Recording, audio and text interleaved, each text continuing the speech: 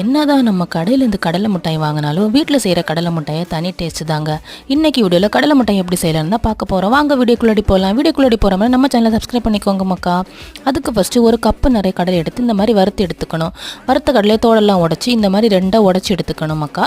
அதுக்கப்புறமா நம்ம எந்த கப்பில் கடலை எடுத்தோமோ அந்த கப்பில் ஒரு கப்பு நிறைய வெல்லம் எடுத்து அதில் 1/4 கப் அளவு தண்ணி ஊற்றி இந்த மாதிரி கொதிக்க வச்சுக்கணும். கொதிச்சதுக்கப்புறமா அதை வடிகட்டி எடுத்துக்கணும். அப்போ தான் தூசியெல்லாம் அந்த வடிகட்டிலே படிஞ்சிடும். அதுக்கப்புறமா அதை அதே பாத்திரத்தில் ஊற்றி நல்லா கொதிக்க வச்சுக்கணும். கொதித்து நல்லா வற்றி வரணும் மக்கா. வற்றி வரும்போது பாகு பதம் கரெக்டாக இருக்கான்னு செக் பண்ணிக்கணும். அது கம்பி பதம்னு சொல்லுவாங்க. நம்ம கையில் அதை தொட்டு பார்க்கும்போது கம்பி மாதிரி இருக்கும் மக்கா. அந்த டைமில் என்ன பண்ணணும், நம்ம உடச்சி வச்சுருக்க கடலையை அதில் ஆட் பண்ணி நல்லா இந்த மாதிரி கிண்டி எடுத்துக்கணும். கிண்டுறதை நம்ம உருண்டு வர அளவு கிண்டி எடுத்துக்கணும். கிண்டினதை நம்ம இந்த மாதிரி நெய் தடவை ஒரு பாத்திரத்தில் ஃபில் பண்ணி வச்சுக்கோங்க மக்கா. வச்சதுக்கப்புறமா ஒரு 10 நிமிஷம் ஆற விட்டு கட் பண்ணி சாப்பிட்டு பாருங்கள் மக்கா. சுவையான கடலை மிட்டாய் ரெடி. வீடியோ பிடிச்சது நம்ம சேனலை சப்ஸ்கிரைப்